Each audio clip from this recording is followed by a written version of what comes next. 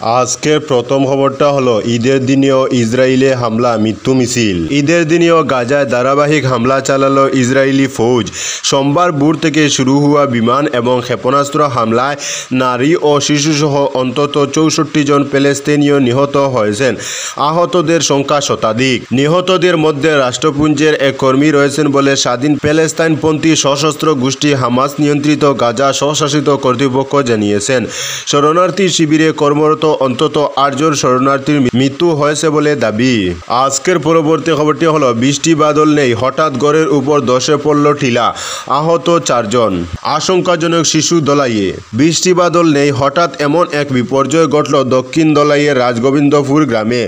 রবিবার মধ্যরাতে এক ভয়াবহ টিলা ধসের ঘটনা ঘটেছে। রাত প্রায় 12টা নাগাদ রাজগোবিন্দপুর গ্রামের বাসিন্দা মহেশ দাসের গড়ের উপর পাশের টিলা ধসে পড়লে একই পরিবারের 4 জন সদস্য গুরুতর আহত হয়েছেন। আহতদের মধ্যে মহেশ দাসের 10 বছর বয়সী কন্যা শিশুর অবস্থা আশঙ্কাজনক বলে জানা গেছে। আহত সকলকে দ্রুত উদ্ধার করে দলাই হাসপাতালে প্রেরণ করা হয়েছে। জানা যায় হতদরিদ্র মহেশ দাস তার সন্তানদের নিয়ে গভীর ঘুমে আচ্ছন্ন ছিলেন। ঠিক সেই সময় তাদের টিন ও বাঁশ দিয়ে তৈরি অস্থায়ী ঘরের উপর আকস্মিকভাবে ধসে পড়ে ঘরের পাশে থাকা টিলাভূমি। মুহূর্তের মধ্যে মাটির নিচে চাপা পড়ে যান সকলে। গৃহকর্তা মহেশ দাসের গলা থেকে নিচ পর্যন্ত মাটি চাপা পড়লে তিনি বাঁচার জন্য চিৎকার করতে শুরু করেন।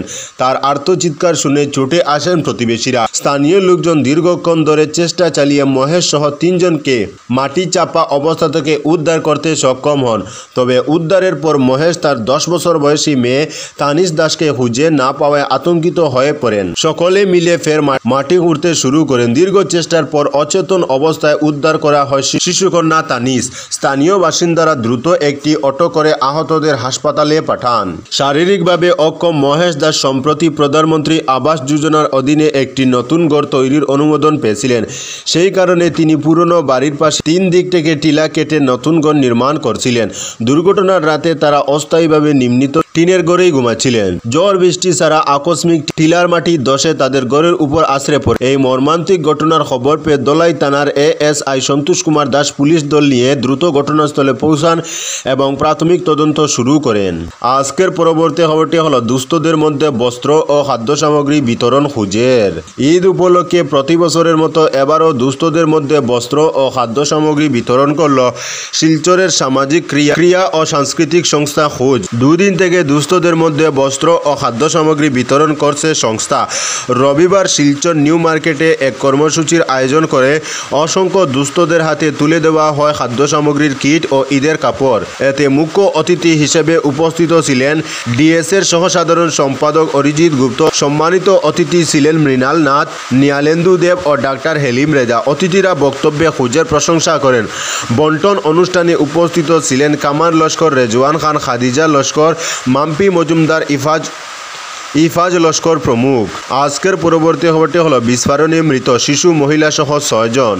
পশ্চিমবঙ্গের দক্ষিণ 24 পরগনায় পাথর প্রতিমায় ভয়াবহ বিস্ফোরণ। বাজি কারখানায় বিস্ফোরণে মৃত কমপক্ষে 6 জন। রাত 9:30 নাগাদ বিস্ফোরণ ঘটে বলে খবর। 11:15 পর্যন্ত মহিলা শিশুসহ 6 জনের মৃত্যুর খবর মিলেছে। যদিও হতাহতের সংখ্যা আরও বাড়তে পারে বলে আশঙ্কা করা হচ্ছে। সূত্রের খবর, পাথর প্রতিমার ডোলাহাট থানার দক্ষিণ রায়পুর 3 নম্বর বেরি এলাকায় বাজির গোডাউনে আগুন লাগে। বিধ্বংসী আগুন ছড়িয়ে পড়ে সেখান থেকে।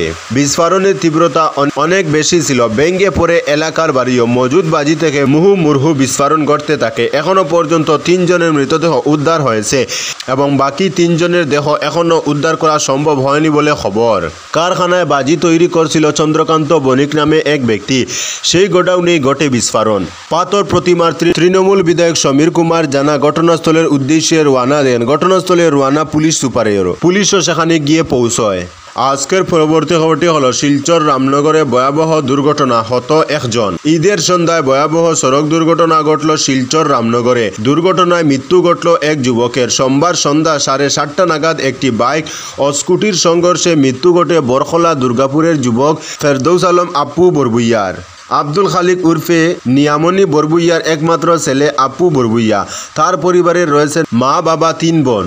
দুর্ঘটনার খবর পেয়ে পুলিশ পৌঁছে মৃতদেহ উদ্ধার করে। অপর যুবক গুরুতর আহত হয়ে শিলচর মেডিকেলে চিকিৎসাধীন। তার নাম ও ঠিকানা জানা যায়নি। আজকের পরবর্তী খবরটি হলো নামাজ শেষে জয় বাংলা স্লোগান, দুপক্ষের তুমুল সংঘর্ষ, চলে গুলিও। ঈদের নামাজ শেষে জয় বাংলা স্লোগান দেওয়াকে কেন্দ্র করে আওয়ামী লীগ ও বিএনপি কর্মীদের মধ্যে উত্তেজনা সৃষ্টি হয়, এমনকি গোলাগুলি হয়। রবিবার সকালে 9টায় বাংলাদেশের লালপুর উপজেলার রামকৃষ্ণপুর ঈদগাতে এ ঘটনা ঘটে। এ ঘটনার জেরে রামকৃষ্ণপুর চিনির বটতলা মোড়ে গুলিবর্ষণের ঘটনা ঘটে। এতে 2 জন গুলিবিদ্ধ হয়েছে বলে জানা গেছে। এ ঘটনায় 5 জনকে গ্রেফতার করা হয়েছে বলে জানিয়েছেন নাটোরের পুলিশ সুপার আমজাদ হুসাইন। প্রত্যক্ষদর্শীরা জানান, ঈদের নামাজ শেষে আওয়ামী লীগ, যুবলীগ ও ছাত্রলীগের কর্মীরা জয় বাংলা স্লোগান দিতে থাকেন। এ সময় বিএনপি ও স্থানীয়দের সঙ্গে তাদের দাওয়া পাল্টা দেওয়ার ঘটনা ঘটে। সংঘর্ষে 24 বছর বয়সী একজন ব্যক্তি আহত হন। তাকে লালপুর উপজেলা স্বাস্থ্য কমপ্লেক্সে নিয়ে প্রাথমিক চিকিৎসা দেওয়া হয়।